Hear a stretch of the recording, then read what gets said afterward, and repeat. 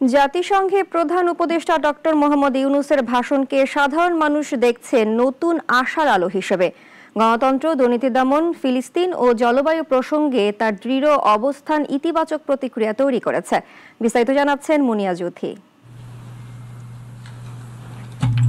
জাতিসংঘের ৮০তম অধিবেশনে প্রধান উপদেষ্টা ডক্টর মোহাম্মদ ইউনূসের ভাষণ সাধারণ মানুষের মধ্যে নতুন আশার সঞ্চার করেছে।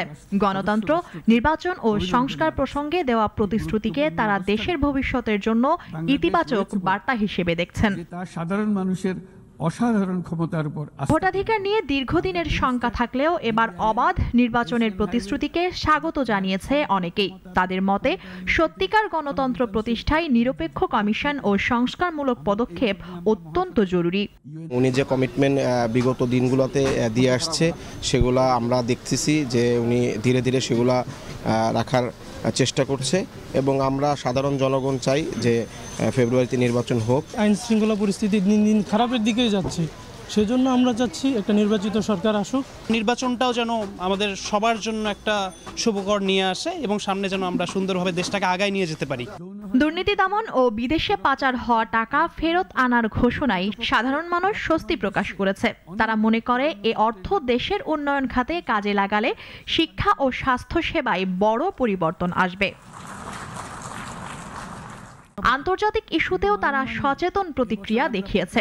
বিশেষ করে ফিলিস্তিনের শিশু হত্যা বন্ধের আহ্বান ও রোহিঙ্গা প্রত্যাবাসনে সহযোগিতা চাওয়াকে বাংলাদেশের নৈতিক অবস্থান হিসেবে দেখছেন জনগণ। স্বাধীন ফিলিস্তিনি রাষ্ট্র হিসেবে দেখতে চাই, এটা আমাদের সারা পৃথিবীর মুসলমানের দাবি।